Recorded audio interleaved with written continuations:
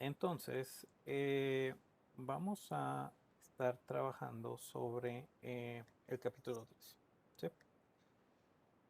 Ah, vamos a ver cómo mitigar los ataques. ¿Sí?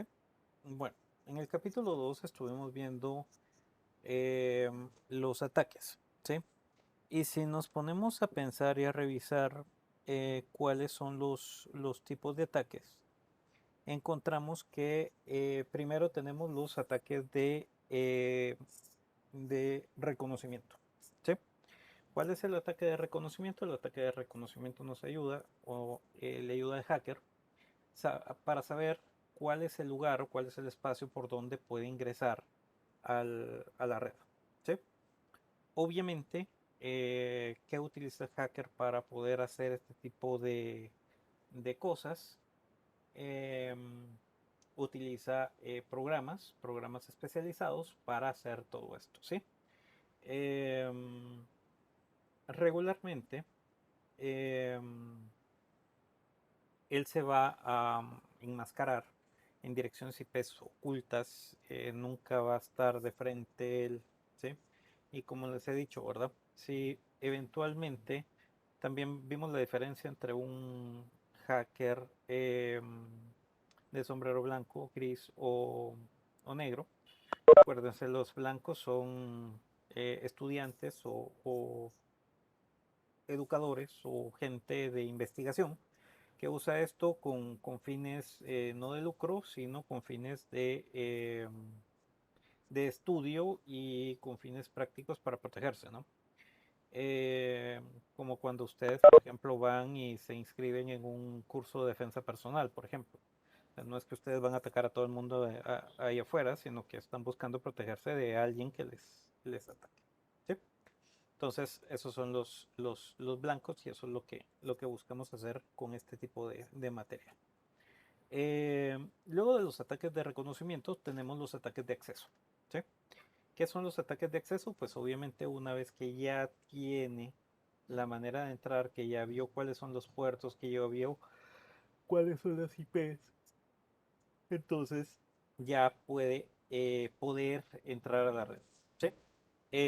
No podemos dejar por fuera el tema de los gusanos, troyanos y ese tipo de cosas, que obviamente son un problema para la red, dado, pues en el caso de los gusanos y los troyanos, su efecto multiplicativo, ¿sí? Lo cual pues nos complica la vida, nos complica la existencia. ¿Sí?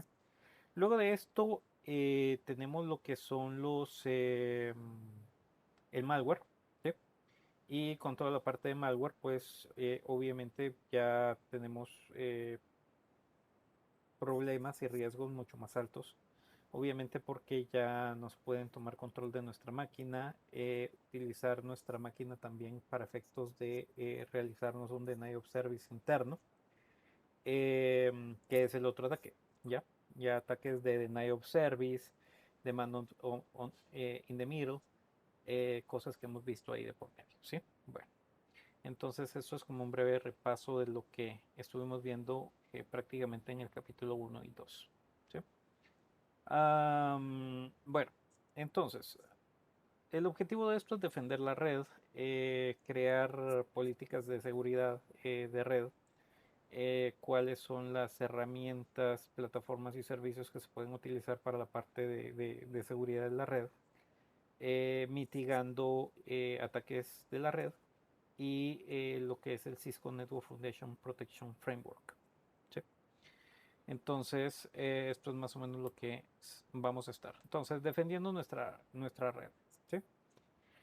Um, Esto es un poco eh, pues, no complicado. Recuérdense que hay muchos aspectos generales dentro de la red. No sé, un segundo. Entonces, ¿qué es lo que pasa en la red? Regularmente deberían de haber roles, ¿sí? Roles y en una red estructurada debería de haber primero un director de tecnología, por ejemplo, este director de tecnología debería estar a cargo de toda la parte de la red entera, ¿sí? Entonces, por ejemplo, debería de haber una persona que se encargue de toda la parte de red, por ejemplo, la parte de red pura, que sería, por ejemplo, enrutamiento, VLANs, direccionamiento y este tipo de cosas, ¿sí? Luego, por ejemplo, otra parte importante de la red va a ser toda la parte de data centers, por ejemplo, ¿sí? Toda la parte de data centers. Bueno, entonces, les decía, la parte de routing básica, direccionamiento y todo eso debería de manejarla una persona.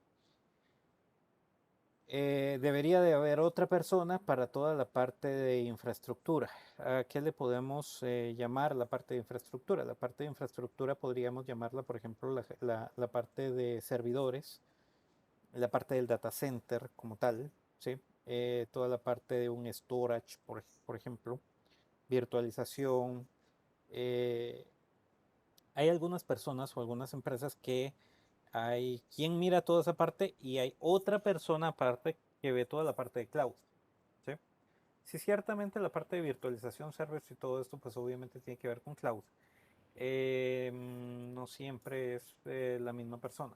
Entonces, pues hay que tomarlo en cuenta. Y al final, si la red es demasiado específica, pues debería de existir personal que se encargue específicamente de toda la parte de seguridad, ¿sí? Entonces debería de haber un CIO, ¿sí? Que es un Chief Information Officer, ¿sí? Entonces, eh, está el CISO, Chief Information Security Officer, el Security Operation, el SecOps, Security Operation Manager, Chief Security Officer, el CSO, Security Manager, el Network Security Engineer, ¿sí? Y bueno, todos estos, este tipo de puestos debería de ser granular porque deberían de existir, ¿sí? ¿Cuál es el tema? El tema está en que el mundo de la seguridad es demasiado amplio, ¿sí? Entonces, si bien es cierto, por ejemplo, muchas veces nos toca a nosotros tomar el rol de todo, ¿sí? Networking más IT más seguridad más... Entonces, realmente es muy difícil abarcar y sobre todo la parte de seguridad es, considero yo, tal vez la parte más difícil de abarcar en tema de conocimiento, ¿sí? Porque es muy amplia, ¿sí? Y muy cambiante, ¿sí? Muy cambiante. ¿Por qué cambiante? Realmente no es que sea tan cambiante, o sea, me refiero a que día a día están las amenazas nuevas y vienen cosas que eventualmente pues nosotros ni sabíamos que aparecían o estaban por ahí, ¿sí? Entonces, por eso es el, el tema. Em, un segundo, deme un segundo. Entonces, todos estos roles pues son importantes, ¿sí? Entonces, mantener constante el upgrade de los, ¿cómo se llama? El update de los ataques que pueden haber dentro de la red, el entrenamiento, los workshops de seguridad, estar suscrito a temas de seguridad también, revisarlos, leerlos, tener suficiente tiempo para leerlos, para poder aplicarlos, o sea, es un montón de trabajo, ¿sí? Aunque no pareciera, ¿sí? Porque tal vez pueden decir, ¿y usted qué está haciendo? Usted está leyendo, mire qué bonita su vida, ¿eh? Está aprendiendo, pero justamente uno tiene que aprender ¿para qué? Para poder implementar cosas que pueden mantener la red segura, ¿no? Entonces, todo eso es importante. Bueno, em, también así como existen,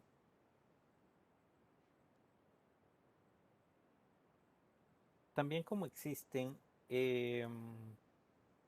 ¿cómo se llama? También como existen organizaciones internacionales que ven estándares, por ejemplo, de cableado, la IEEE y todas ellas. También existen empresas que se dedican a toda la parte de seguridad, ¿sí? Entonces, por ejemplo, una de las más importantes probablemente sea esta que tenemos primero nosotros, que es SANS, ¿sí? Esta es una organización donde, por ejemplo, aquí es una página donde ustedes se pueden loguear, pueden crear un usuario, pueden tener acceso a trainings, pueden tener acceso a certificaciones, estándares de la industria, ¿sí? O sea, hay cursos bien interesantes, que son estándares, ¿sí? No, por ejemplo, un CCNA Security, sino ya algo especial de seguridad. Entonces, pues está esta SANS. Yo recomendaría en el video que está ahí con el ingeniero Chaeta, pues nos muestra un poquito sobre esta plataforma, muy interesante. Entonces considero yo que si tienen tiempo para poderla meterse y poderla revisar, creo yo que sería muy interesante. Luego está Mitre, ¿sí? También First, Security Newwire, ICS 2, CIS, como las organizaciones que usualmente están más a la vanguardia de todo el tema de seguridad, ¿sí? Como debemos mencionar, ¿sí? Hay organizaciones, y en este caso, por ejemplo, SANS, eso es lo interesante, que hay mucho material open source que la gente comparte, ¿sí? Entonces uno puede leer, puede meterse en algún cursito ahí libre, eh, y aprender un poquito más, ¿sí? Pero recuérdense, todos los recursos educativos, desafortunadamente, por los mejores, tienen un costo, ¿no? Obviamente, como ustedes han hecho en este último año, que han estado haciendo, invirtiendo ustedes en su preparación, invirtiendo en su conocimiento, ¿sí? Y de esa manera, pues, de la misma manera buscamos lo mismo con estas organizaciones, ¿sí? Bueno, esto es lo que yo les comentaba hace un momento sobre las certificaciones de seguridad, ¿sí? Las certificaciones de seguridad, como en este caso JAC, ISC2, ISACA, S-Council, CWNP, ¿sí? Estas primeras que están en la primera parte de la pantalla son estándares abiertas, son generales, ¿sí? Mientras que, por ejemplo, para alcanzar un CCNP de security, ¿sí? Entonces ustedes tienen que obtener un par de certificaciones de esta lista que ustedes ven acá, ¿sí? El Network Security Firepower, que esta es prácticamente la parte de los firewalls, ¿sí? Firewalls, los que están reemplazando a los ASA, implementando y configurando Identity Service Engine de Cisco, la parte de seguridad con email, Cisco Web Security Appliance, VPNs y Cisco Programming, Cisco Security Solution. Esta es la parte de automatización, ¿sí? Entonces, aquí hay suficiente material para otro año de estudio, ¿sí? Por ser así, diría yo, gente en tema de hacerlo como Dios manda, ¿no? Entonces hay bastante material, ¿sí? Bueno, bueno, defendiendo nuestra red. ¿Qué es lo que buscamos al defender nuestra red? Cuando nosotros buscamos defender nuestra red, deberíamos de buscar defender eh, tres flancos, si quieren verlo así, ¿sí? La parte de confidencialidad, integridad y disponibilidad, ¿sí? Entonces, ¿por qué nos vamos a enfocar en estos tres factores? ¿Por qué son estos tres factores importantes? Estos tres factores son importantes obviamente por el tema de la confidencialidad. ¿Por qué el tema de la confidencialidad es importante? ¿Sí? Por ejemplo, si ustedes, no sé, tienen una situación complicada que no quiere que no quieren compartir de repente se la cuentan a alguien y ese alguien la comparte con toda la oficina y toda la oficina ya se enteró, pues, ¿ya? Y bueno, ciertamente la vida privada de uno es vida privada, ¿no? Entonces, igual la gente muchas veces, lejos de ayudar, pues lo único que hace es, pues, como decimos nosotros, echarle más leña al fuego, ¿no? Entonces, el tema de la confidencialidad es guardar nuestros datos de tal manera que solo la gente que tenga autorización pueda observar, por ejemplo, los datos. No sé, por ejemplo, se me ocurre los datos de la nómina, por ejemplo, ¿ya? De la nómina de cuánto le pagan a cada uno, ¿sí? Porque resulta de que yo tengo un compañero de trabajo que acaba de entrar a la par mía y gana más que yo, por ejemplo. Y yo tengo 4 años de estar aquí rompiéndome el lomo por la empresa y todo, y a él le pagan más. Entonces, ahí ya entro yo en el, ay, que porque a él le pagan más y todo, pero si no se hubieran enterado, pues ustedes hubieran seguido trabajando normal, ¿no? Entonces son situaciones que tenemos que guardar esa confiabilidad de nuestra información, ¿sí? No solo a lo externo contra agentes externos, sino también al interno con la misma compañía, ¿sí? Integridad. ¿Qué es integridad? ¿Sí? Cuando estamos hablando de integridad, estamos refiriéndonos a la parte de em, que se, se mantenga lo que estamos transmitiendo, ¿sí? Entonces, claro, cualquiera de nosotros sería feliz, por ejemplo, si nosotros transmitimos un depósito de, no sé, 100 quetzales, por ejemplo, y el banco se equivocó y en vez de poner $100, o sea, o 100 quetzales, nos puso 1 millón de quetzales o 1 millón de dólares.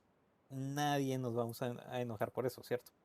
Pero si, por ejemplo, tenemos ¿cómo se llama? Un depósito de 100 quetzales, pero se confunde y en vez de decir 100 quetzales son 10 centavos, pues obviamente vamos a saltar, vamos a decir y vamos a decir que eso no está bien, ¿cierto? Entonces, eso es un problema, ¿ya? Entonces, lo importante a mantenernos aquí es justamente la integridad de los datos. Lo mismo que se envíe, se recibe, ¿sí? Y por último, el tema de la disponibilidad, ¿sí? Entonces, la disponibilidad es que la red pueda tener acceso o puede estar disponible en todo momento. Salvo algún mantenimiento, cosas así, que son cosas muy esporádicas, ¿no? O, por ejemplo, en caso de que, no sé, se fue la luz, o sea, puede haber UPS o eh, una planta eléctrica para mantener todo funcionando, ¿sí?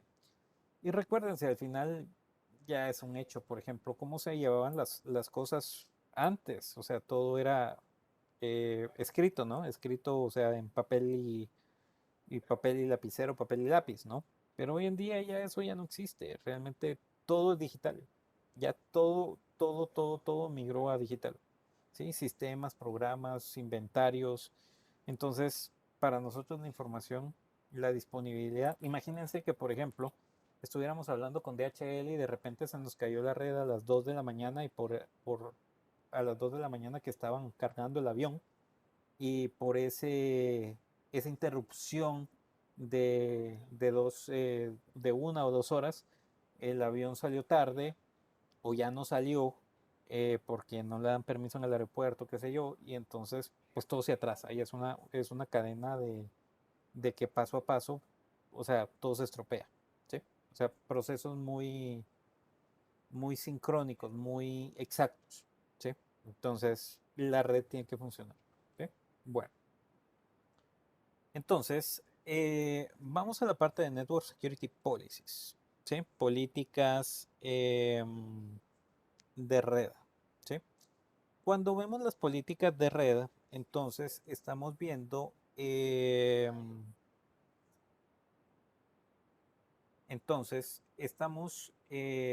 buscando cómo vamos a administrar la parte de seguridad. ¿Sí? Information Security Policies, organización de la información de la seguridad, seguridad de los recursos humanos, control de acceso, criptografía, eh, toda la parte física de acceso a la información, ¿sí? Operation Security, Communication Security, administración. Entonces, toda esta parte tenemos que ver cómo la vamos a administrar y cómo van a ver, porque cada uno de estos procesos es un proceso diferente, porque cada uno de estos procesos tienen cosas que si el proceso no está definido, se nos podemos perder o pasar por alto algo que no estamos viendo. ¿Sí? Entonces, es bien importante que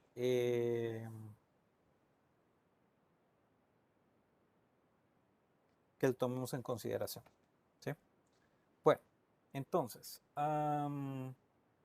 por ejemplo, algo tan básico como, por ejemplo, los mantenimientos. Por ejemplo, ¿qué pasa si un mantenimiento se va a hacer y qué pasa si se hizo el mantenimiento, por ejemplo, una limpieza de un equipo, se apagó el equipo y al encenderlo no enciende o no se carga?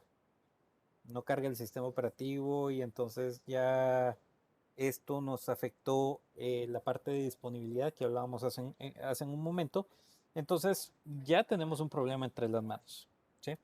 Entonces, realmente el objetivo de tener todos estos dominios, ¿sí?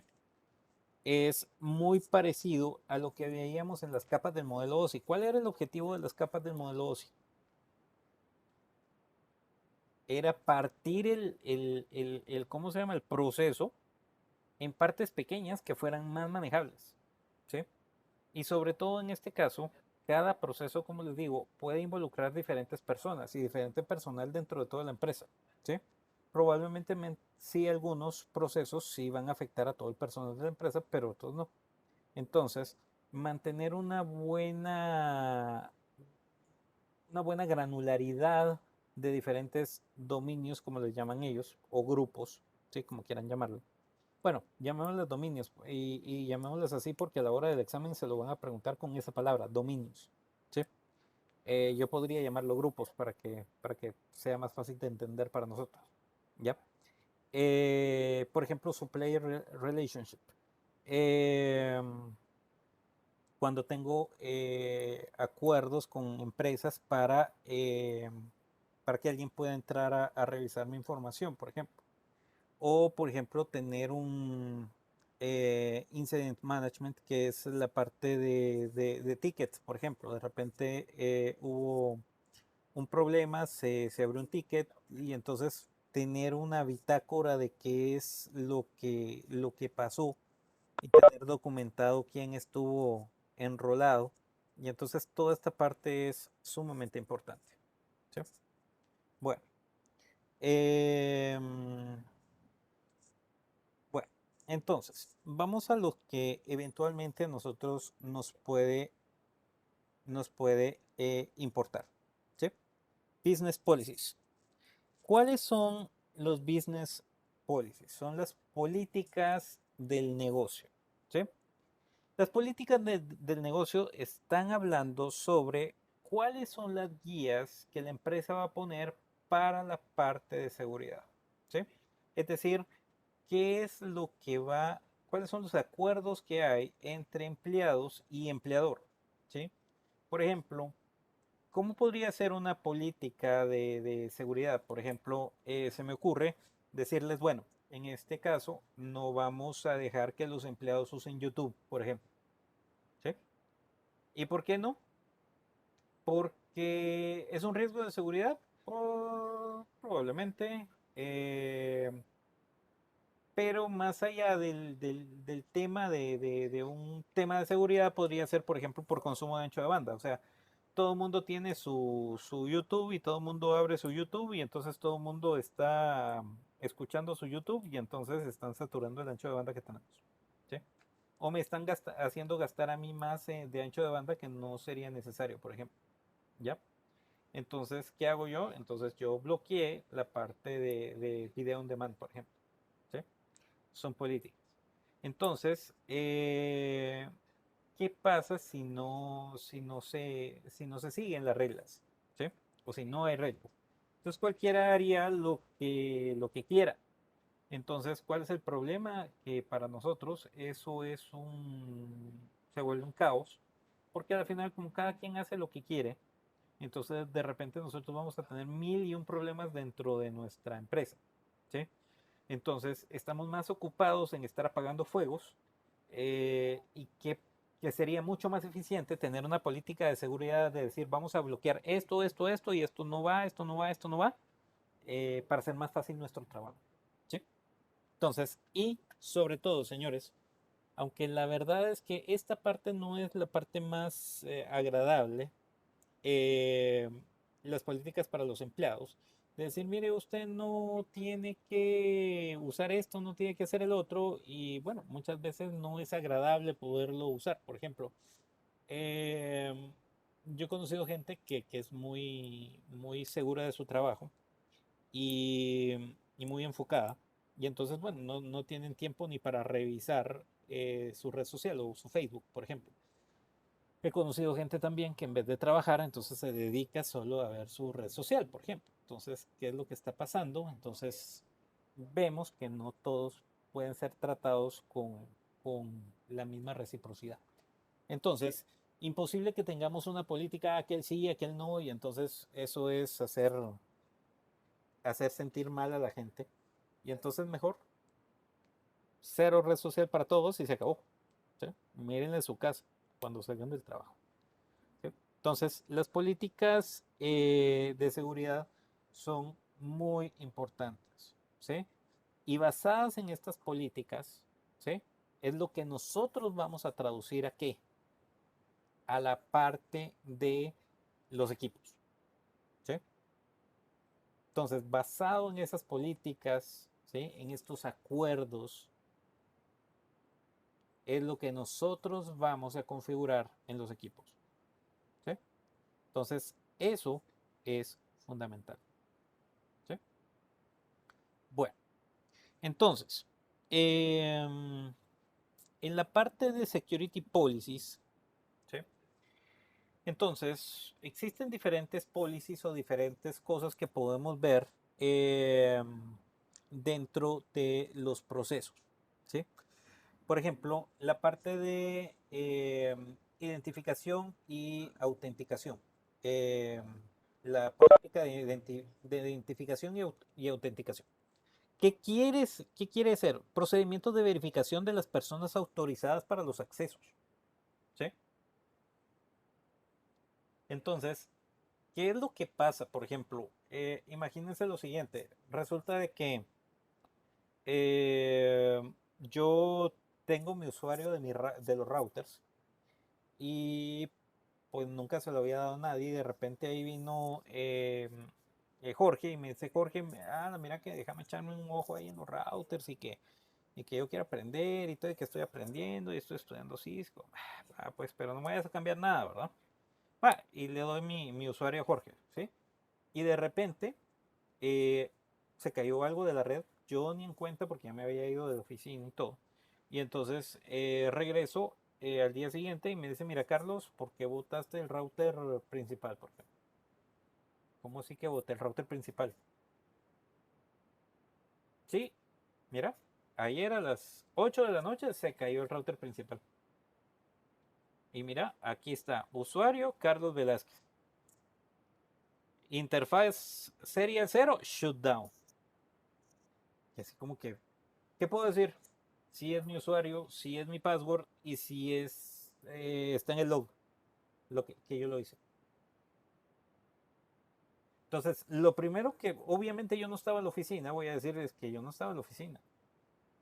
Entonces, tal vez la falta no fue bajarlo, sino fue peor. ¿Por qué? Porque compartí mi usuario con privilegios a una persona que podía generar o que al final creó un problema. ¿Sí? Entonces, señores, compartir mi usuario no es una buena idea, ¿sí? Aquí en la China. Entonces, no lo hagan, ¿sí? Bueno, password policies. Los password policies, aquí definimos todos los requerimientos mínimos para la parte de passwords, ¿sí? Por ejemplo, ¿cuál sería el password mínimo? Yo recuerdo, y esto ha cambiado durante los años, ¿cierto? Hace muchísimos años uno podía tener un password de 4 dígitos, por ejemplo, 1234, por ejemplo, ¿ya? Luego empezaron 6, luego entraron 8, por ejemplo, ¿ya? Entonces, el requerimiento mínimo hoy en día son 8, que tenga una letra mayúscula, por ejemplo, datos alfanuméricos y un carácter especial, ¿sí? Entonces yo podría decir, no, mi política es que en vez de que tenga 8 va a tener 10 y debe de tener por lo menos 2 caracteres especiales diferentes. Entonces ya son mis políticas, ya es mi forma de hacerlo, ¿sí? ¿Cuántos se van a cambiar? Entonces, por ejemplo, en el tema de su banca en línea, por ejemplo, eh, que se cambia cada 6 meses, quieran ustedes o no lo quieran, o cada año, o cada 3 meses, o cada mes, por ejemplo. Y yo no quiero que el último password, el password que pongan, sea el mismo que pusieron en algún momento, por ejemplo. ¿Ya? Entonces, a uno se lo complican porque imagínense que tenga que cambiar uno el password cada mes. Entonces eso se vuelve muy complicado, muy complicado. ¿Sí? Entonces, tenemos que tener cuidado ahí con esto, ¿sí? Eh, bueno, los, eh, las políticas de aceptación eh, se utilizan para identificar qué aplicaciones van a ser aceptadas para usar dentro de la organización. ¿Sí? Am, esto, ¿Esto qué podría ser? ¿Cómo les podría yo ejemplificar esto? Digamos, por ejemplo, una de este tema, por ejemplo, es que ustedes no tienen libertad de bajar cualquier aplicación, por ejemplo. ¿Ya? Eh, no sé, para la parte de video, por ejemplo, o sea, hay miles de aplicaciones para poder ver videos en formatos MP3 o MP4 o .mov o lo que sea, ¿sí? Pero la política dice que aceptan, uy, no sé, no recuerdo cómo se llama el de Windows. Eh, entonces solo el programa que viene de Windows, el default. Ahora, mire, pero ese no lee tal tipo de archivo, pero es el único que está disponible. Entonces, si yo quiero ver tal archivo, pues mire de su casa, de su laptop, o lo cambia de formato. ¿Sí? Entonces, eh, todo eso es importante. ¿Por qué? Porque si no tenemos a todo el mundo bajando un montón de software por todos lados, que en realidad a veces no es bueno. ¿Sí? Por un lado. Y por otro lado, por ejemplo, y esto radica mucho y es muy fuerte para empresas que son multinacionales y sobre todo las multinacionales americanas. ¿Sí? Las empresas multinacionales americanas tienen que cumplir de que todo el software sea licenciado. ¿Sí? Entonces, por ejemplo, ¿qué les dijera yo? Ellos no pueden tener, por ejemplo, un aplicativo que no sea licenciado. ¿Ya? Por un tema de seguridad, ¿ya? Entonces, si ellos encuentran y pasan un escáner y de repente encontraron, no sé, el Pumpkin, por ejemplo, el Pumpkin es un TFTP y es open source, ¿sí? ¿Y por qué lo bajó usted? Ah, porque necesitaba pasar un FTP, pues, o un TFTP. Pero ese tiene una gran brecha de seguridad por tales y tales. Y entonces ya por eso la empresa no cumplió con su estándar. Y si la empresa no cumplió con su estándar, entonces eso existen penalidades para la empresa. ¿Ya? Entonces, toda esa parte es muy delicada a nivel internacional, sobre todo porque las regulaciones que mantienen son internacionales, ¿sí? Hablemos de algunos casos especiales, por ejemplo, de ese tipo de las farmacéuticas, por ejemplo, Bayer, Merck, los laboratorios clínicos, todos ellos tienen que cumplir estándares muy altos de seguridad, ¿sí? Entonces, ese tipo de cosas no van a pasar en esas infraestructuras. Me explico, ¿sí? Y si pasan, entonces responsabilidad de quién va a ser, del security engineer, ¿sí? Y la pregunta del millón sería, ¿ustedes van a aceptar que porque alguien bajó un TFTP que no debía de bajar, a ustedes le jalen las orejas o en el peor escenario los despidan? Entonces, no.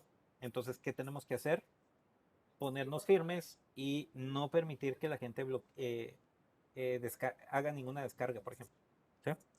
Entonces, busco las formas, busco las maneras. ¿Sí? Remote Access Policy.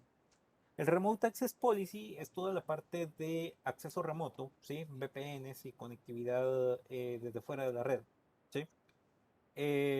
Implica saber a qué parte de la red voy a tener acceso, a cuál no, servidores, ¿sí? De repente, por ejemplo, alguien muy buena onda resulta de que me necesitaba instalar Windows en mi máquina, perdón, Office en mi máquina, pero yo no tengo acceso a ese servidor. Y me dice, ¿sabes qué? No, no te preocupes, yo voy ¿a qué servidor sí tienes acceso? Ah, mira, este sí. Entonces, tranquilo, yo jalo una copia de un server para el otro server, lo metí, cuestión de 2, 3 segundos, ya está ahí. Hacemos la descarga y a mí se me olvidó borrar esa carpeta de ahí, por ejemplo. ¿Sí? Entonces nos van a preguntar, ¿y por qué hace una copia no autorizada en un servidor de DHCP, por ejemplo? Y entonces así como que, ups. Y se nos olvidó porque lo hicimos por solucionar un problema, me explico. Y por solucionar un problema nos metimos en otro, ¿ya? Entonces son cosas que no deben pasar, ¿sí? Bueno, Network Maintenance Policy, procedimientos de mantenimiento, ¿sí? Esto es todo procedimiento de mantenimiento que se le haga a un equipo debe estar, ¿con qué? Respaldado con un backup. Imagínense, creo que una de las peores cosas que puede pasar es que a uno le pongan un dispositivo y resulta de que no guardamos información de ese dispositivo, ¿sí? Se nos fue la configuración, ¿sí? O no tenemos el sistema operativo y por no tener el sistema operativo se fue a ROM monitor el, el aparato, ¿sí? Entonces, ¿y cuánto tiempo afectó porque no teníamos ¿cómo se llama? La copia de seguridad afectó 3 horas, por ejemplo. Y durante 3 horas, ¿cuánto se perdió de plata? Porque era el router que conectaba la página de ventas de Amazon, por ejemplo. Yo se los pongo así, tal vez muy extremo, ¿sí? Pero realmente son cosas que pasan, ¿sí? Eh, entonces, tenemos que tener un procedimiento para todo lo que son mantenimientos, ¿sí? Y obviamente hay equipos más críticos que otros, ¿sí? Hacerle un mantenimiento, por ejemplo, a un switch, y bueno, resulta de que el switch no le saqué backup y nunca en la vida le había sacado backup, ¿sí? Y de repente, para mi mala suerte, tengo 3 años de estar en la empresa, siempre lo había hecho el mantenimiento y en mi tercer año me da problemas. Y entonces, ¿qué hago? Cambio otro switch que tengo por ahí, lo meto y no levanta. ¿Por qué? Porque resulta que hace 6 meses instalé VLANs y el switch que yo puse en la red está en VLAN 1, entonces como está en VLAN 1 no está en la VLAN específica y entonces nada levanta. Y no tengo un backup que me decía en qué VLAN tenía que ir cada puerto. Entonces, wow. Entonces, son cosas que eventualmente, aunque parezcan triviales, no lo son, ¿sí? Porque pueden afectar eh, la funcionalidad del negocio, ¿sí? Bueno, ¿cómo los procedimientos para cómo manejar los incidentes? ¿Sí? Lo mismo que estamos hablando, ¿sí? Entonces, una lista de escalamiento, por ejemplo, ¿sí? listas de escalamiento son importantes. Por ejemplo, resulta de que se cayó el internet, ¿sí? Bueno, entonces hablan con el proveedor. Ok, pero ¿cuál es mi proveedor? No sé, busquen la factura de a quién le pagan el internet. Entonces tengo que hablar con la gente de administrativo, la gente de contabilidad, que busquen a quién le pagamos internet. Sí, mire, es Claro.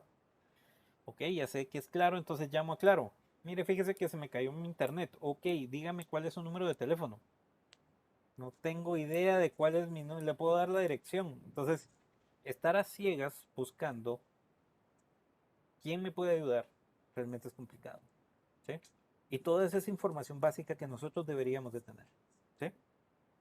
Claro, la primera vez probablemente pasemos ahí el Niágara en bicicleta, pero la siguiente vez ya obviamente yo apunté que es Claro, mi número de teléfono es tal, mi número de cliente es tal. Yo no sabía que yo lo que tenía eran 20 megas. eh, y entonces ya si me dicen, mire, es que usted ya está saturando los 20 megas. ¿Y por qué estoy saturando los 20 megas si solo estoy yo ahorita en la oficina? Entonces son cosas, información que deberíamos de tener. ¿Sí? Importante. ¿Sí? Bueno. Muchas empresas se están yendo por esta parte, PIOD, ¿sí? Bring Your Own Device. Entonces tenemos que tener políticas de cómo se debe de manejar toda esta parte, ¿sí?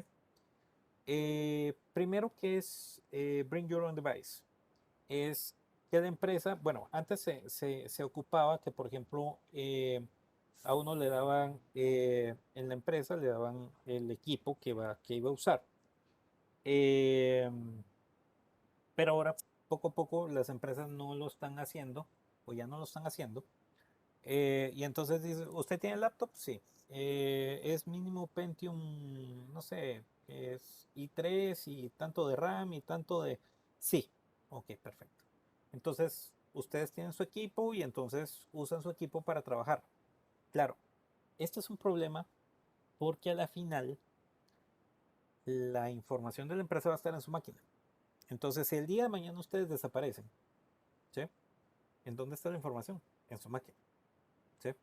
Entonces la empresa no se puede dar el lujo de que esa información quede en su máquina. Entonces, ¿qué hace para este tipo de cosas? Pues justamente eh, esto que nosotros vemos, pero por ejemplo, mucho de lo que se hace en este tipo de formas es tener un escritorio remoto, por ejemplo. ¿Para qué? Para que ustedes se conecten al escritorio remoto y todo funciona desde ahí. ¿Sí? ¿Qué pasa si le cayó café a mi máquina y echó el chispazo? ¿Sí? Bueno, mi papá me puede prestar su máquina y entonces enciendo la máquina y sigo trabajando. ¿Sí? ¿Cuál es el punto? O sea, no se perdió la información. ¿Por qué? Porque toda mi información estaba en el escritorio remoto. ¿Sí? Bueno, entonces, pero aparte de todo esto, entonces tenemos que ver, por ejemplo, la protección de passwords, conectividad al wireless de la empresa, por ejemplo.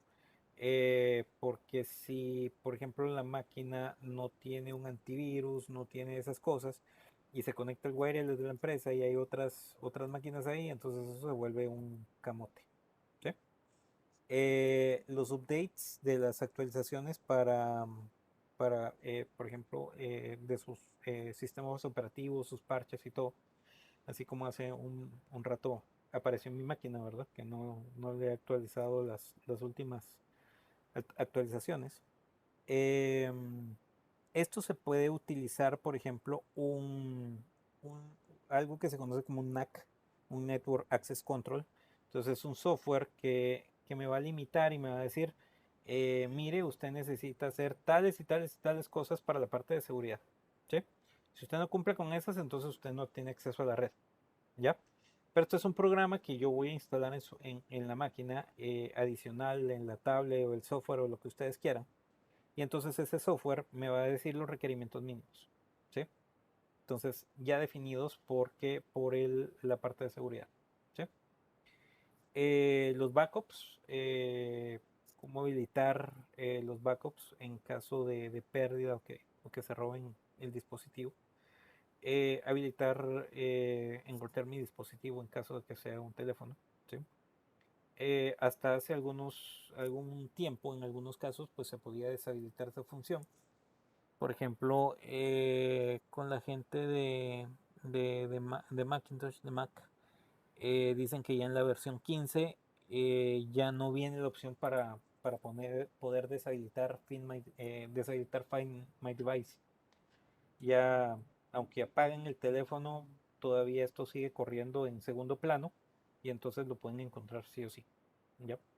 Eh, Proveer software de antivirus, que es muy importante, ¿verdad? ¿Sí? Use Mobile Device Management Software. ¿Qué es esto? Por ejemplo, muchos de ustedes o muchos de nosotros hemos recibido, por ejemplo, smartphone de la empresa para la que trabajamos para poder recibir llamadas y para poder trabajar. ¿Sí? Pero resulta de que yo en el smartphone me pongo a ver YouTube, redes sociales y todo, y entonces me consumí el ancho de banda. Y entonces cuando yo necesito el ancho de banda internet para poder navegar, pues no lo tengo. Entonces yo puedo decir, mire, pero es que ya no tengo, ya se me acabó. ¿Cómo es posible que se le acabó si tiene un plan de 50 gigas, por ejemplo? Entonces sí, pero se me acabó. Entonces yo puedo instalarle al teléfono un Mobile Device Management. ¿Para qué? Para que entonces solo pueda el dispositivo descargar las aplicaciones que yo le doy permiso de descargar. ¿Sí? Y prácticamente lo que hace es controlar qué es lo que yo estoy haciendo. ¿Sí? Entonces, software para control, muy interesante, muy bonito, muy aprovechable eh, para optimizar los recursos de la empresa. ¿Sí? Entonces, todo eso al final es importante. ¿Sí? Y volvemos a decir, eh, la parte de políticas. ¿Sí? Entonces, todo esto tiene que estar definido. Y si no está definido, pues hay que irlo definiendo poco a poco, porque la verdad es que es un montón de chance. ¿Sí? Y al día de mañana, pues obviamente estos son cosas que uno va a ir revisando periódicamente eh, para poder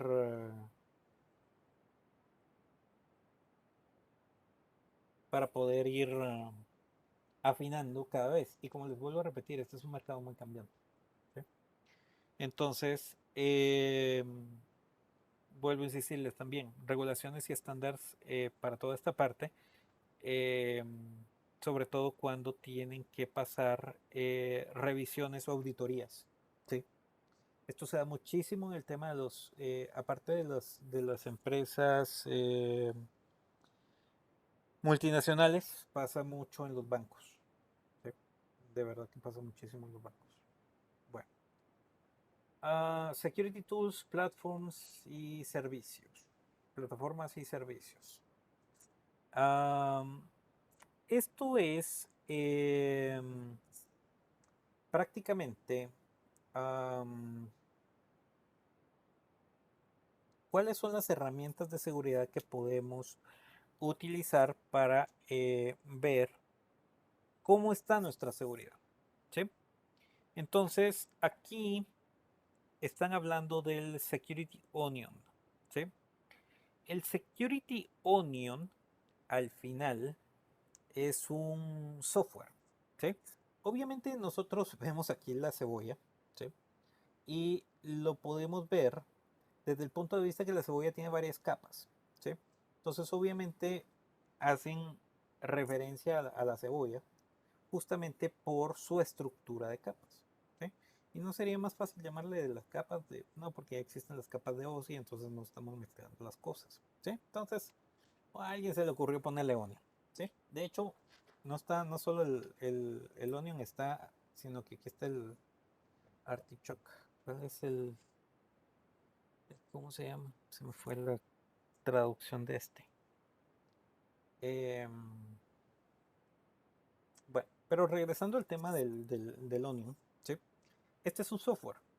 Al final el software lo que hace es, de alguna a través del software propiamente, medirnos cómo estamos en cada una de las capas, de las diferentes capas. ¿Sí? Entonces, ¿cuál es la capa más externa a la red? La capa más externa a la red va a ser el firewall. ¿Sí? Entonces ven ustedes que la capa más externa es el firewall. ¿Sí? Después del firewall, ¿qué vamos a tener? Después del firewall tenemos el IPS. ¿Sí? Intrusion Prevention System, un IPS. ¿Sí? Después de esto pudiésemos tener un content filter. ¿Sí? Un filtrado de contenido. ¿Qué es un filtrado de contenido? Páginas web que nosotros vamos a filtrar para que no se vean dentro de la red, por ejemplo. ¿Sí? Luego, la parte de autenticación, authorization y accounting, ¿sí? Para la parte de seguridad dentro de la red. ¿Sí? Y por último, están los dispositivos que están seguros. ¿Sí? Entonces, obviamente todo lo que esté en la última parte, pues ya va a ser, cada vez va a ser menos necesario una parte de seguridad. ¿Por qué? Porque en cada una de las capas estuvimos trabajando un diferente elemento de seguridad. ¿Sí? ¿Qué es lo que pasa? Que, por ejemplo, muchas veces toda esta parte de seguridad la dejamos en un solo equipo. ¿Cuál es ese equipo? El firewall. ¿Sí? Y entonces deberíamos de tener diferentes niveles de seguridad o diferentes niveles de aseguramiento dentro de la red. ¿Sí? Entonces, eso es lo que nos muestra esto del Security Onion. ¿Sí? Vamos a ver, de hecho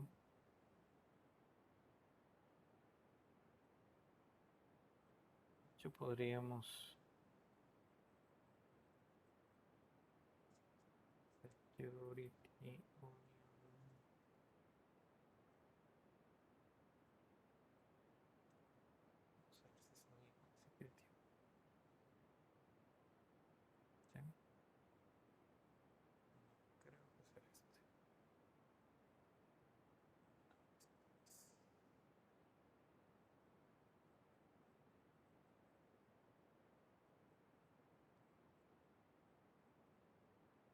Ok, entonces Security Onion 2. Este es un software, como les digo. ¿Sí? Este nos puede servir para verificar toda la parte de seguridad. Entonces él va a chequearnos todas la parte de seguridad interna. ¿Sí? Entonces, bueno, entonces aquí, este es un software. Este software lo pueden subir o lo pueden montar sobre el famoso Kali Linux, del cual hemos estado hablando en varias ocasiones. ¿Sí? Entonces,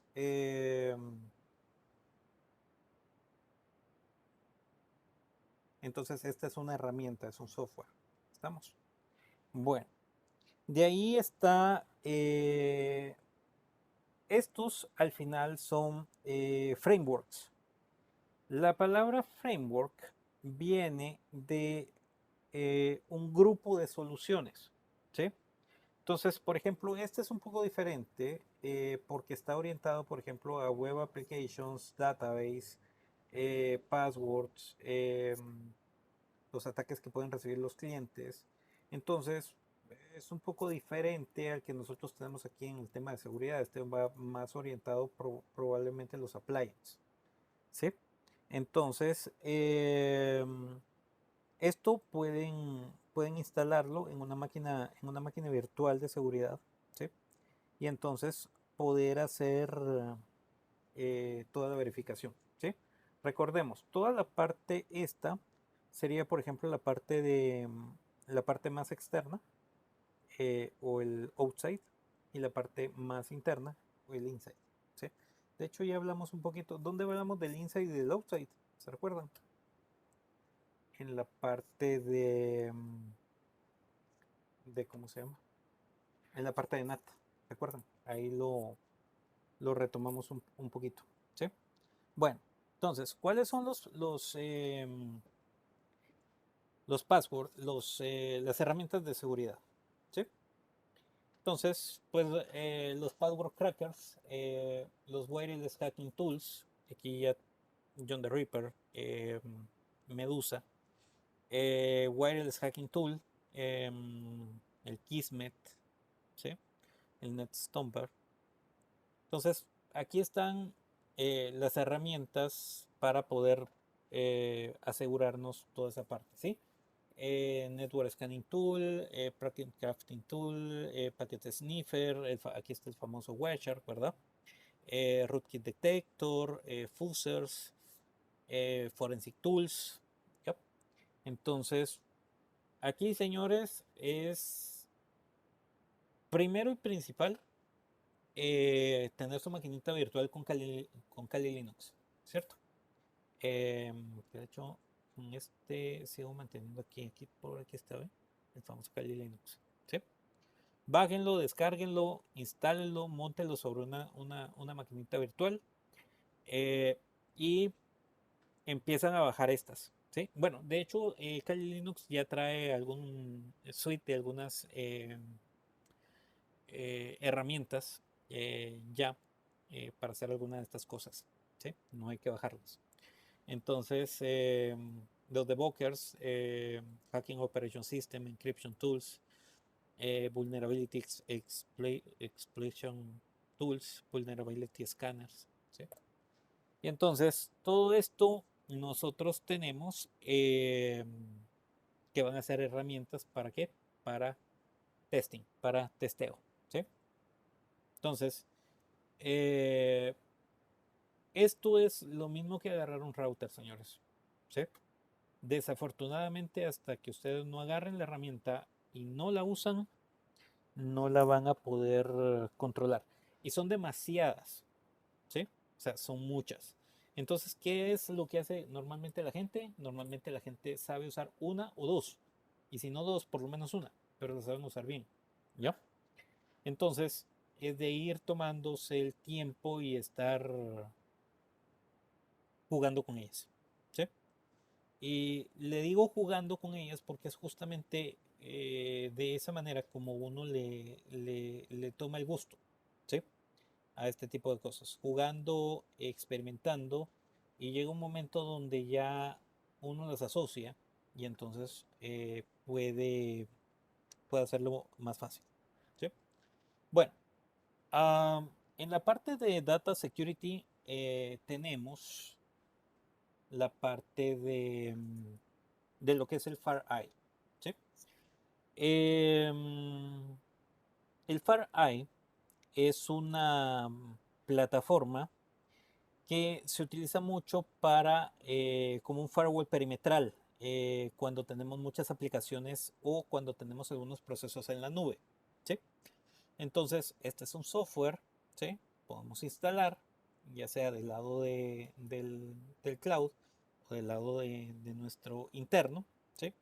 Para ayudarnos con la parte de seguridad, ¿sí? También del lado de Cisco, por ejemplo, está el Cisco Secure X, ¿sí? Entonces, el Cisco Secure X es un software también, ¿sí? Prácticamente que lo que hace el software es administrar los recursos de seguridad que están dentro de la red, ¿sí? Entonces aquí, por ejemplo, podemos tener todo lo que son analíticas de equipos de seguridad, amenazas, IPS, ¿sí? Consolas, VPNs. Entonces, y prácticamente tenemos en la misma aplicación todo, ¿sí? Hagan de caso que es como no sé si ustedes han visto los sistemas de monitoreo, por ejemplo un WhatsApp Gold o un PRTG, un MRTG, un Cacti, por ejemplo, ¿sí? Que son sistemas para monitoreo, ¿sí? ¿Monitoreo de qué? De, por ejemplo, consumo de ancho de banda, consumo de CPU, consumo de memoria, por ejemplo, ¿ya? Entonces, hagan de caso que el Cisco Secure X es exactamente lo mismo, solo que a nivel de seguridad, ¿sí? Entonces, esta herramienta es muy interesante. ¿Sí? Bueno, aquí hay un video, vuelvo a insistirles como se los ha recalcado el ingeniero Chaeta en diferentes ocasiones. No sé si han visto ya los videos. De ver estos videos. Si tienen problemas con la parte del inglés, entonces están los subtítulos en español. Véanlos, son videos muy interesantes y entonces aquí son muy explicativos con respecto al tema de la plataforma. ¿Sí? Bueno, Security Services.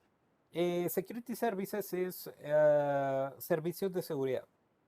Y en este caso, por ejemplo, el buen Cisco nos ofrece Cisco Talos.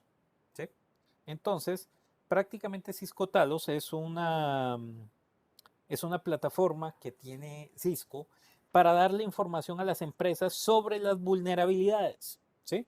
Sobre las vulnerabilidades de qué? Del sistema, de los sistemas operativos, de todo lo que hay en nuestra red que necesita que nosotros le podamos, le podamos, le podamos ver, le podamos revisar. ¿Sí? Entonces, eso es bien importante. ¿Sí? Entonces, obviamente, hay una parte que es gratuita. ¿Sí? Porque, por ejemplo, uno puede entrar a la parte de Cisco Talos. Y entonces en la parte de Cisco Talos,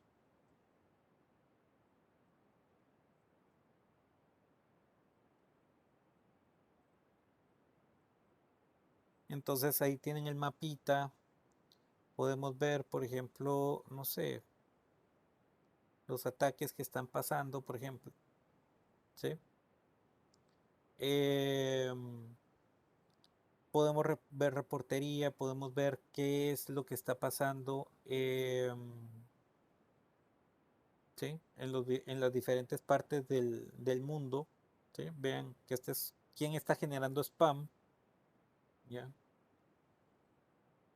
Y eso es en tiempo real, ¿verdad? Sí, esto es en tiempo real. Ah, ok. Esto es en tiempo real. Ahora, ¿de dónde saca Cisco toda esta información? No es los Avengers ni Iron Man que está ahí en medio mandándonos información, ¿verdad? O sea, ¿qué es lo que pasa? O sea, al final Cisco está de alguna manera monitoreando routers, firewalls, appliances que pertenecen a Cisco en diferentes partes del mundo y con diferentes clientes. Y entonces todos estos dispositivos entonces están alimentando la base de datos de Cisco Talos, ¿ya? Entonces, aquí tenemos software, vulnerabilidades, y aquí tenemos un montón de cosas, un montón de información, ¿sí? Obviamente hay cosas que son gratis, que podemos ver aquí sin problema, pero también hay otra que ya uno contrata el aplicativo y ya con el aplicativo viene el costo y ya con el costo vienen las otras bondades del software, ¿no? Entonces, entonces, esa es la parte. ¿Sí? Bueno, mitigando ataques comunes dentro de la red. ¿Sí? Con la parte de estar mitigando ataques comunes dentro de la red. ¿Sí? Tenemos, tenemos que defender la red, ¿cierto? Entonces, ¿cómo vamos a defender la red? Vamos a tener que desarrollar las políticas de seguridad, lo que hemos hablado en buena parte del principio del capítulo, ¿no? Educar a los empleados, ¿sí? Educar a los empleados, ¿por qué? Porque es muy fácil a través de una ingeniería social obtener información para poder entrar a la red, por ejemplo, ¿ya? Entonces, claro, esto es un poco complicado porque, por ejemplo, hay mucha gente que no va a tener nada de idea de los sistemas informáticos. ¿Sí? ¿Qué es lo que la gente muchas veces sabe, por ejemplo, de un sistema informático? Simplemente saben que tienen que entrar a su correo electrónico, que el Outlook les funciona, que metieron ahí su password y qué pasa si el password no les funciona, les da error, no saben qué hacer, simplemente llaman al de IT el de IT simplemente llegó a conectar el cable de red o no estaban poniendo bien un password y entonces eso no autenticaba contra el servidor. Entonces hay muchas cosas del día a día de la gente de IT que son puros, como decimos nosotros por ahí, errores de capa 8, ¿verdad? Entonces, esa es lo que nos dice de educar a los empleados, ¿sí? Lo cual es una tarea medio complicada. ¿Por qué es complicada de alguna manera? Porque no todas las empresas mantienen un ciclo normal de empleados. Por ejemplo, hay empresas que mantienen una alta rotación de personal, por ejemplo. Y entonces, ¿qué es lo que pasa? Cada 5 días viene uno diferente y entonces yo no puedo pasar cada 5 días explicándole a todo el mundo y pasar, por ejemplo, una semana explicándoles de Network Security, por ejemplo. ¿Ya? Igual la mayoría de gente dice, ya, sí, yo les voy a dar un curso de Network Security y entonces un curso de un día y se van a dormir mediodía, pues, porque no lo encuentran interesante y entonces también tenemos que bajar el nivel de un curso o de la educación en este caso para poder transmitir realmente lo que nosotros necesitamos, que la gente tenga cuidado. ¿Sí? Grafiquitas, dibujitos, estas son cosas muy, si quieren verlo patito, pero al final del día, hacer este tipo de cosas adicionales nos va a tratar o estamos tratando de ayudarnos a nosotros mismos. ¿Para qué? Para que esta gente tenga cuidado y entonces si ve un correo extraño, entonces simplemente lo borre. ¿Sí? Obviamente, ¿cuál es la primera línea de defensa? Que tengamos un buen antivirus y un anti-malware. ¿Sí?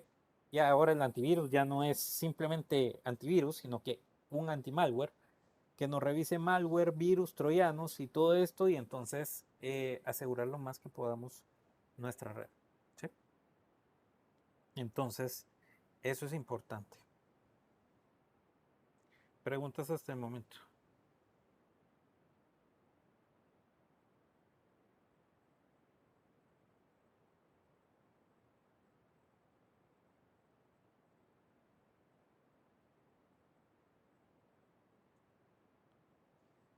¿No?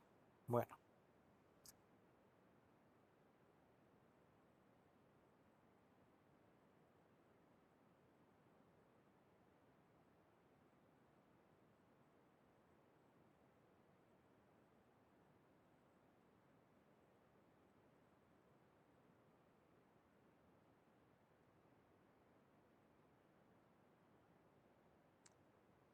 Bueno, ¿qué más? Control de acceso de los equipos, password seguros, encriptamiento, políticas para hacer backups, parches de seguridad, eh, auditorías, ¿sí? Toda esta parte es lo que habíamos hablado que utilizamos o que vemos para la parte de seguridad. ¿Sí? Bueno,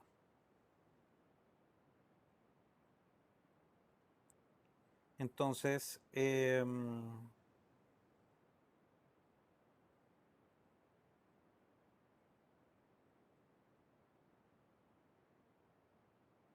entonces esto es importante. ¿Sí? Em, para todo esto tenemos, por ejemplo, el software actualizado. ¿Sí? Y bueno, antes era importante que solo teníamos, por ejemplo, toda la parte de los PCs, ¿sí? Pero ahora tenemos que ver PCs, laptops, la parte de servidores. Cuando tenemos servidores, dependiendo del sistema operativo que tenga cada uno de los servidores, también va a ser importante. Recuérdense que ahora también tenemos Smart TVs, tenemos tablets, tenemos teléfonos inteligentes con Android que también necesitan que tengan seguridad porque eventualmente si los conectan a la red, todo eso es un posible agujero de seguridad, ¿sí? Entonces tenemos que revisarlo, ¿sí? Bueno, mitigando la parte de ¿cómo se llama? De los gusanos, ¿sí? El principal problema, como mencionamos, es que estos se replican, ¿sí? Entonces, ¿qué tenemos que hacer? Primero, la parte de contención. ¿Cómo los vamos a contener? Utilizando listas de control de acceso, firewalls, que nos ayuden a hacer esta parte, ¿sí? Obviamente, si ya estamos en la parte de que ya estamos infectados, la parte de la inoculación, que es la parte de las vacunas, los parches, ¿sí? Si ya nuestro sistema está con vacunas y todo, eh, el mismo software va a poner nuestros archivos en cuarentena, ¿sí? ¿Para qué? Para ver que no estén replicándose o no se estén duplicando, ¿sí? Esta cuarentena nos lleva a desconectar los equipos infectados de la red. ¿Para qué? Para que no se generalice el virus, ¿sí? Y luego el tratamiento de prácticamente desinfectar el sistema, ¿no? Pasarle un scan, pasarle algo, alguna manera que nos ayude a resolver ese tema, ¿sí?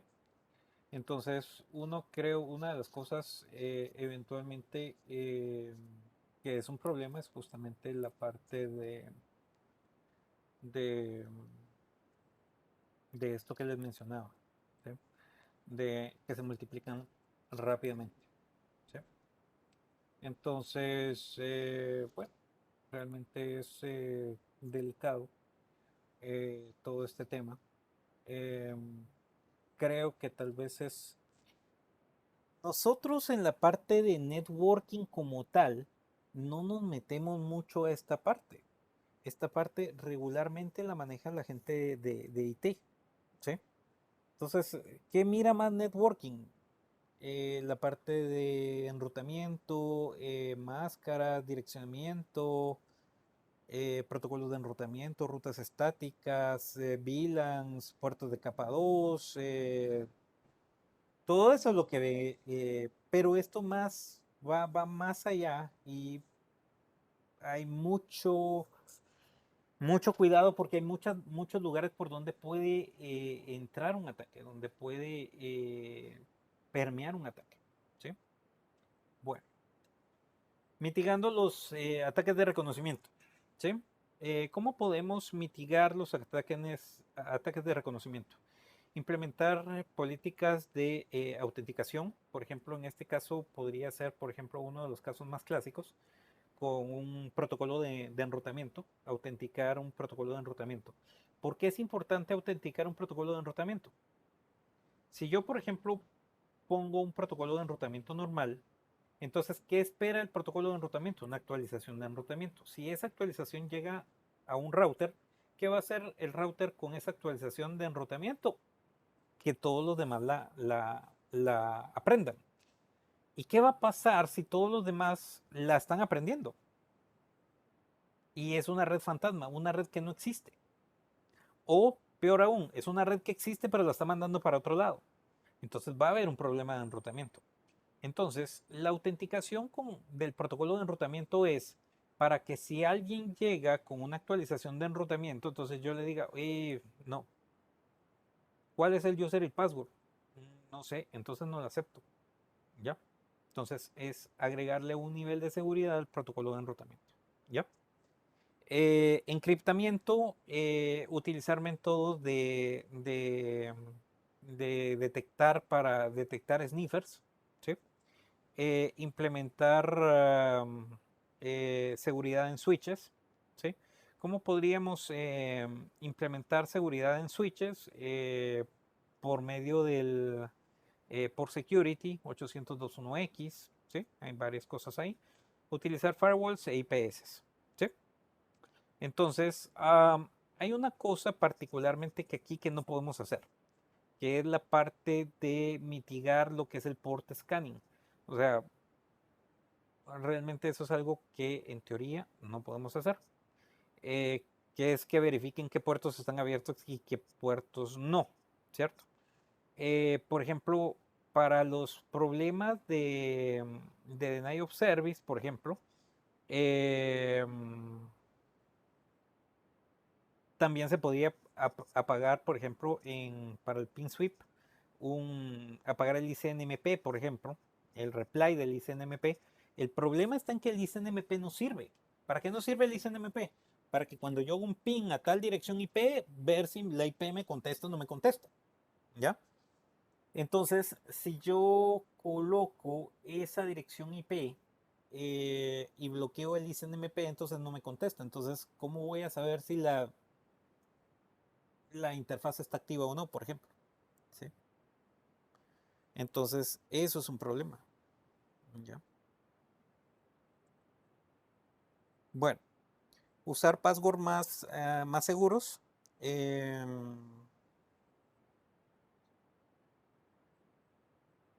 Para mitigar ataques de acceso, usar password más seguros y deshabilitar cuentas inactivas. ¿Sí? Esto es bien importante. ¿Sí? Si hay cuentas que están ahí, pueden ser un problema de seguridad. ¿Sí? Mitigar ataques de deny of service. Aquí tenemos la parte de port security y listas de control de acceso, por ejemplo. ¿Sí? Bueno, y la parte de Cisco Network Foundation Protection Framework, ¿sí? Es cómo, cómo Cisco puede asegurar la parte de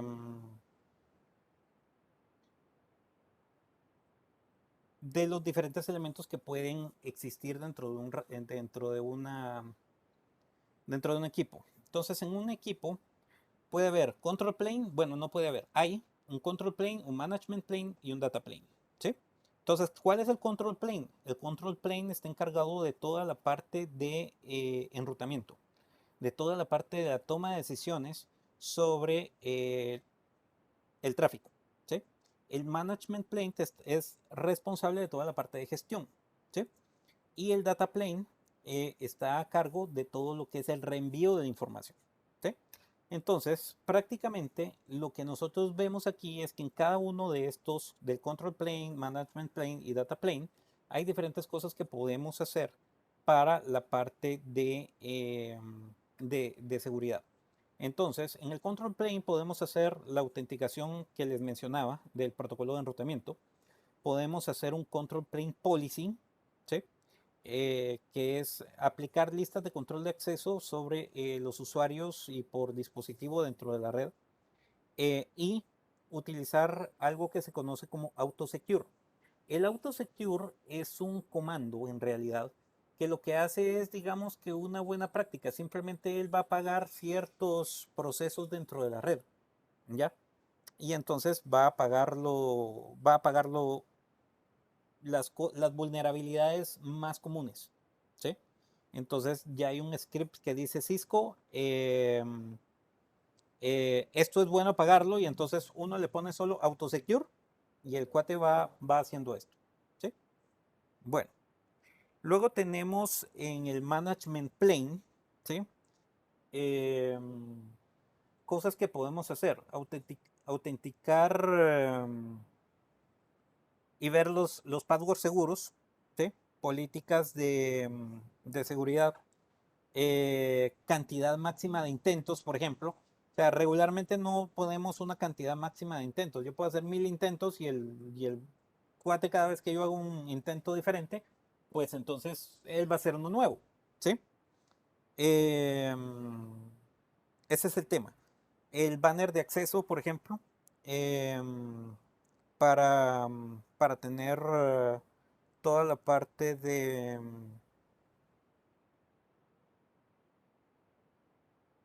decirles este router pertenece a tal lado, por favor no ingrese. El Role Based Access Control, el RBAC, ¿sí? Que son políticas por usuario.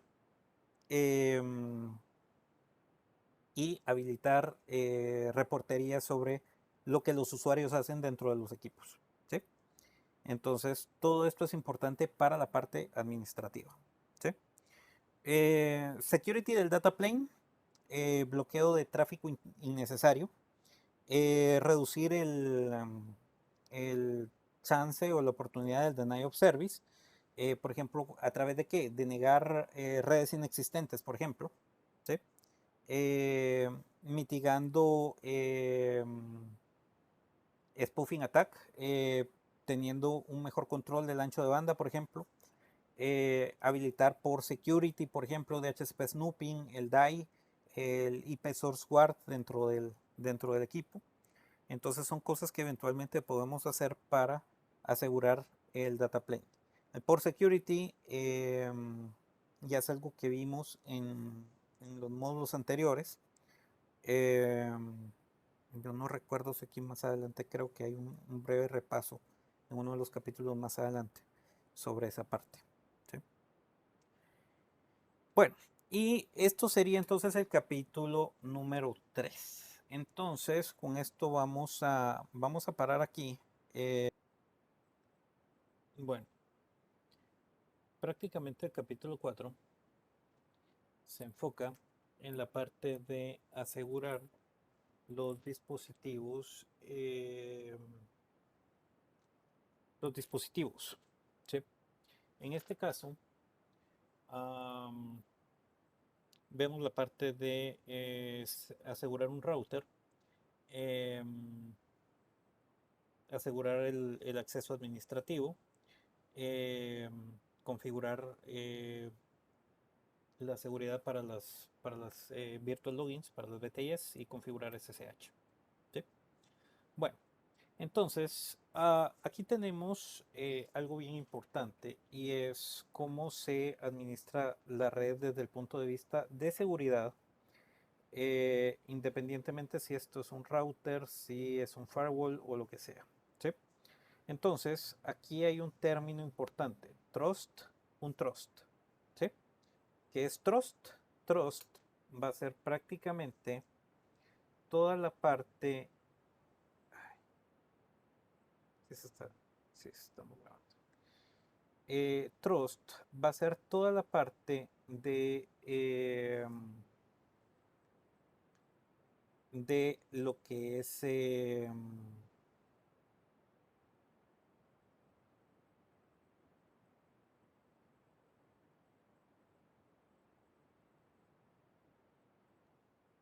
bueno, entonces, en la parte de trust, un trust, lo que tenemos acá es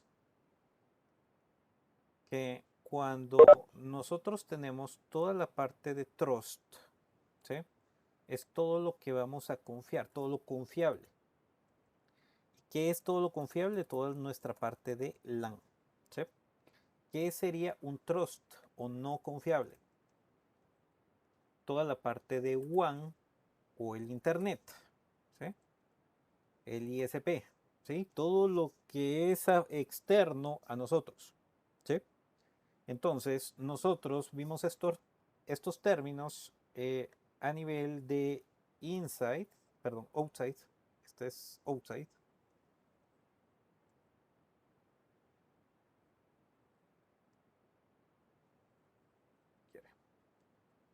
Outside. ¿Sí? Y la parte de trust debería de ser inside. Inside. ¿Sí? Bueno. Entonces, hay otra cosa importante aquí que regularmente hay el level de seguridad. Security level 100 y en la parte de un trust security level 0. Es decir, aquí no vamos a confiar. ¿Sí? Entonces, esto es cómo definir los niveles de seguridad del, dentro del, dentro del firewall. ¿Sí? Entonces,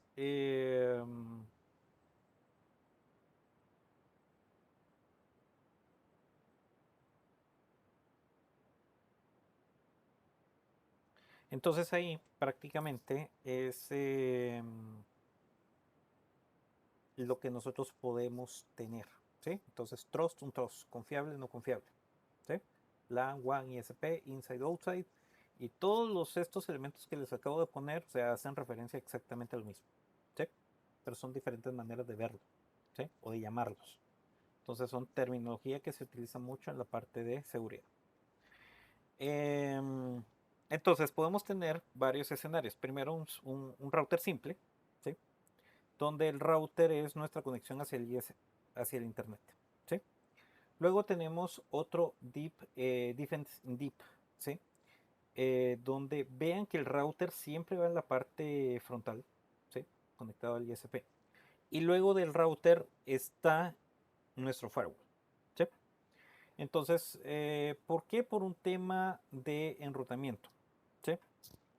También hay otra manera de poderlo hacer y es utilizar el firewall en donde está el router, ¿sí? Entonces, en vez de poner el router como primera línea, es el firewall, ¿sí? Ah, aquí no hay una manera exacta de hacerlo, ¿sí? O sea, solo hay diferentes formas de hacerlo, ¿ya? Como en este caso un router o incluso en algunas empresas no tienen un router y un switch, sino solo tienen un firewall, por ejemplo, ¿ya? Entonces, bueno, y la última parte que es la DMZ, que se le llama zona desmilitarizada, que es donde están prácticamente la granja de servidores, ¿sí? Entonces, por ejemplo, si se recuerdan de la parte del diseño de tres capas, por ejemplo, entonces se utiliza mucho Core Distribution y Access y, por ejemplo, a veces se pone un router en la parte de distribución, perdón, un firewall en la parte de distribución y ese firewall atrás todos los servers, ¿ya? Entonces ahí va a depender mucho qué es lo que queremos hacer y cómo lo queremos hacer, ¿ya? Pero en este caso, por ejemplo, en el esquema más simple de seguridad, pudiésemos poner el firewall aquí y la zona desmilitarizada. ¿Por qué le llamamos zona desmilitarizada? Porque prácticamente está atrás del firewall, entonces el firewall es nuestra línea de defensa. Entonces nuestra parte de DMZ debería ser segura, ¿ya? Por eso le llaman de esa manera. Bueno. Entonces, ¿cómo podemos, tres áreas donde podemos asegurar el router? En la parte física, en la parte del sistema operativo y en la parte del router hardening, ¿sí? Entonces, cuando hablamos de la parte física es quién tiene acceso físico al equipo. El router debería estar adentro de un data center. Esta es la parte física de que, por ejemplo, puede tener puertas con acceso biométrico, una cosa así, ¿ya? El sistema operativo con passwords y acceso para tener acceso a la configuración, obviamente a través de passwords y niveles de seguridad. Y el router hardening, asegurar el acceso autorizado a través de protocolos de enrutamiento, apagar interfaces que no estén siendo utilizadas y ese tipo de cosas, ¿sí? Bueno. En la parte de asegurar el acceso administrativo, es, por ejemplo, tener restricción al dispositivo, eh, tener logs y verificación de las cuentas de todo acceso al router, autenticar los accesos, autorizar acciones. Por ejemplo, si yo quiero apagar o encender una interfaz, o sea, que se verifique esa parte, ¿sí? Em, presentar el legal notification es el banner, ¿sí? Para decir yo soy fulanito de tal y aquí pues el acceso si ustedes entran no está bien, ¿sí? Y sobre todo la parte más importante, asegurar la confidencialidad de la data, ¿no? Em, ¿Cómo accedemos al router? De dos maneras. De manera de acceso local, a través de la línea de consola, ¿sí? Y el acceso remoto podemos hacerlo utilizando una VTY, una Virtual Terminal Interface, ¿sí? O pudiésemos utilizar el puerto auxiliar para poder entrar a través de un modem y la PSTN, ¿sí? Ya los routers de hoy en día, pues algunos ya no traen puertos auxiliares y Cisco particularmente, bueno, es el que traía ese tipo de features. Los otros routers de otras marcas no traen esta funcionalidad, ¿sí?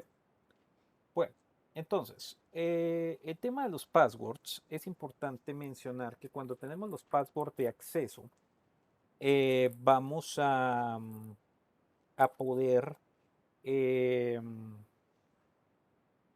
tener passwords seguros, ¿sí?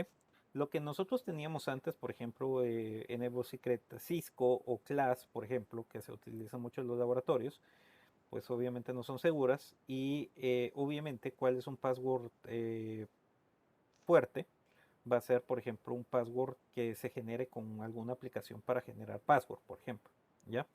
Claro, esto es un poco complicado porque no son fáciles de usar, pero eventualmente si uno está entrando bastante el router, entonces eventualmente se le quedan a uno, ¿no? Y poco a poco uno se va adaptando, ¿ya? Bueno, esto es algo que ya hemos hecho, ¿sí? Em, Previo a entrar en esta parte de la configuración de los passwords, quisiera hacer un muy breve repaso de la parte de ¿cómo se llama? De, de cómo entramos al router. Entonces, dijimos que podíamos entrar el router por el medio del cable de consola. Esto es un acceso físico. ¿Por qué? Porque necesitamos el cable conectado a nuestra PC. ¿Sí? Luego, Telnet o SSH a través de una terminal con un aplicativo como un PuTTY o como un Secure CRT o como un hiperterminal para darle Telnet o SSH a la dirección IP. ¿Sí? Y el acceso auxiliar para poder entrar a la parte de un módem telefónico para poder entrar a través del puerto auxiliar. ¿Sí? Estas son las tres maneras de poder entrar al router, como les había mencionado. ¿Sí? La otra cosa acá es que recuerden la línea de comandos del router. ¿Sí? Entonces, modo usuario, modo privilegiado, modo de configuración global y de modo de configuración global vamos a los diferentes modos de configuración más específicos. ¿Sí? Línea, interfase, modo de configuración de router para la parte de enrutamiento, line console 0, line aux 0, line BTY 04, interface giga 00, router RIP, exit para poder salir un nivel, control Z para regresar de cualquier lado a router privilegiado, ¿sí?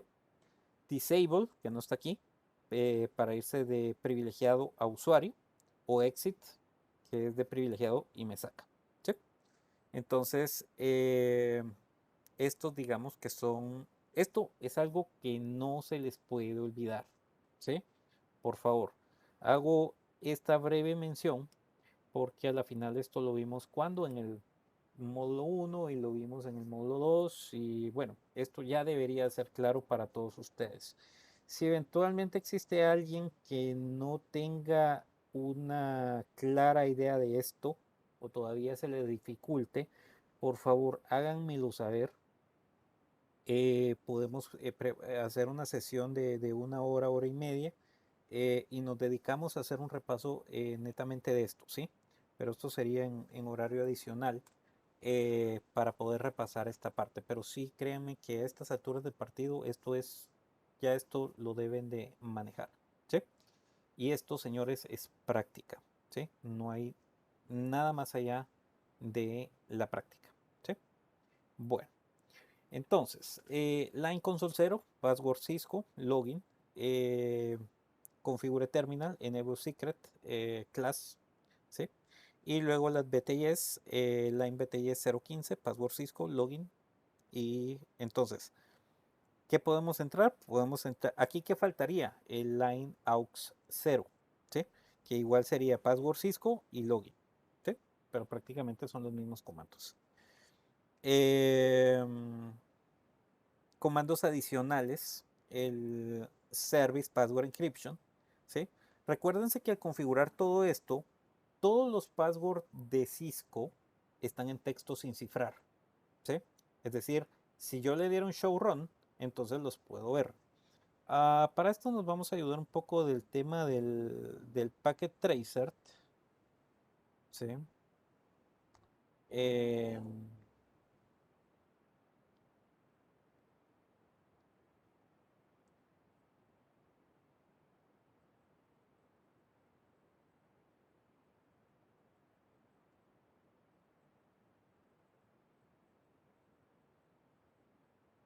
Entonces,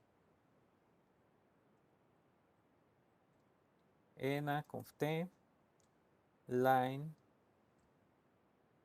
Déjenme ver si. Vamos a darle un reload a este. Creo que aquí está haciendo yo. Decimos que no. Reseteamos para que se vaya ahí sin nada, ¿cierto?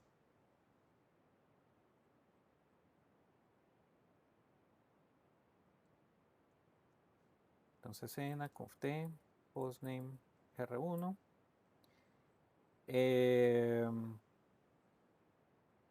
Entonces conft enable secret Cisco. Bueno, yo uso Cisco en todo, pero aquí es class, ¿sí? Enable secret, le vamos a poner class. De ahí, line console 0, password Cisco, login, line out 0, password Cisco, login, y line bty 04, password Cisco. ¿Sí? ¿Por qué aquí nos pone un 015? Porque vean que este es un switch, este es un router. Y bueno, este es un router viejito. En los 44, los ISRs, ya creo que sí, ya nos permite 015 en el router. O en los 2000, en la serie 2000 también nos permite ya el 015, ¿sí? Pero es la cantidad de sesiones de telnet que se pueden hacer. ¿Ya? Bueno, ¿cuál es el comando que usamos para verificar la configuración? Show running config. Si ustedes notan ver, aquí está el enable secret y este está encriptado. ¿Sí? Por defecto el enable secret está encriptado. Pero si ustedes ven aquí el aux, la consola y las BTS, el password está en texto sin cifrar. ¿Sí? Entonces utilizamos el comando service password encryption. ¿Para qué? Para encriptar los passwords. ¿Sí? Entonces, el comentario es, por defecto, todos los passwords están en texto sin cifrar. El service password encryption encripta todos los passwords. ¿Sí? Entonces, vean, aquí ya está encriptado. ¿Sí? Ahora, ¿cuál es el tema aquí? El tema aquí es que esta codificación de MD5 tampoco es tan segura.